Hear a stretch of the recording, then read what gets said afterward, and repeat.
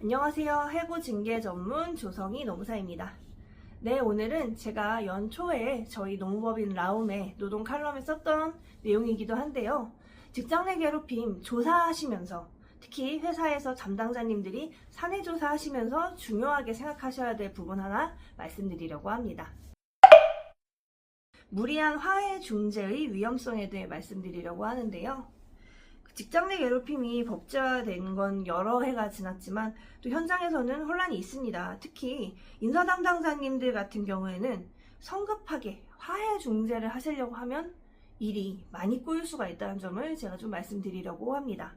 기본적으로 직장 내 괴롭힘 사건은 조직의 어떤 갈등이나 분위기를 상당히 해치잖아요.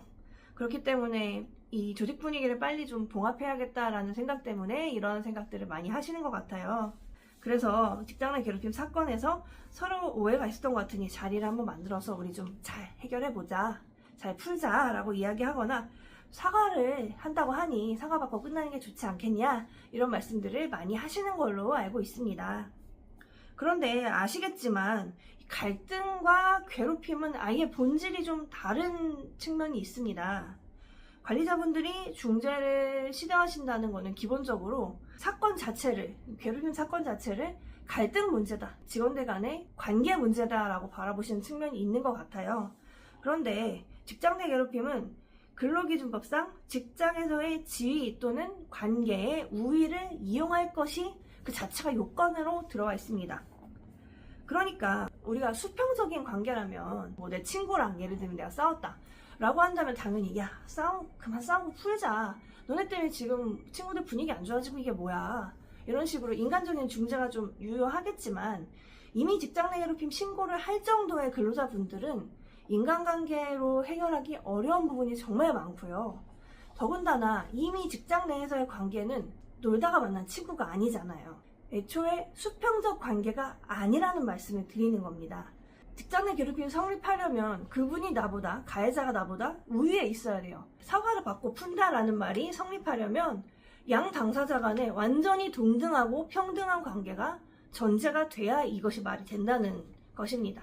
이미 위계나 우위가 작동하여 발생한 괴롭힘 사건에서 기계적인 중립을 취하는 것은 이러한 화해 시도 자체가 그 자체로 2차 가해가 될 수 있다는 점을 꼭 유의하셨으면 좋겠습니다. 제가 이 칼럼을 쓰게 된 이유가 있어요. 실제로 어떤 기업에서 조사 담당자께서 무리하게 화해 중재를 하시다가 신고인 분이 매우 화가 나셔서 억지로 중재시키려고 하는 그 담당자를 2차 가해로 또 신고하신 사건을 다룬 후에 제가 이 칼럼을 쓰게 되었습니다. 더군다나 조사 의무 위반과 사용자 책임 문제로 가면 내용은 좀 더 복잡해집니다.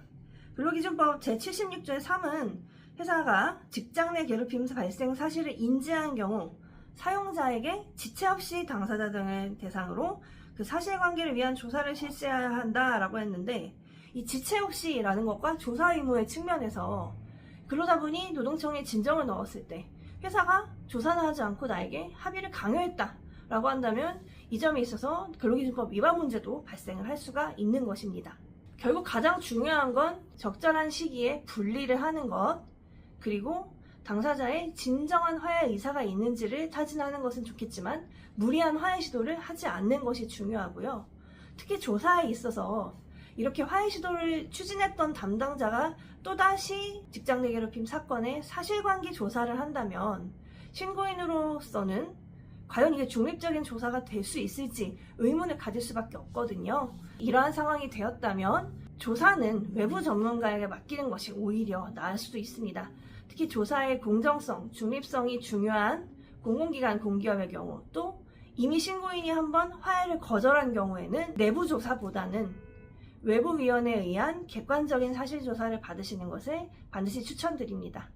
제가 칼럼 마지막에도 말씀드렸지만 직장 내 괴롭힘 사건의 가장 중요한 점은 피해자 가해자의 신속한 분리, 그리고 어설픈 중재는 피해자의 입을 막고 가해자에게 면죄부를 줄 수 있다는 점, 우리가 꼭 명심해야 할 것 같고요. 조직의 진짜 리스크 관리는 이 사건을 덮는 것이 아니라 원칙대로 사건을 처리하는 것에 있다는 점 다 같이 기억하면 좋겠습니다.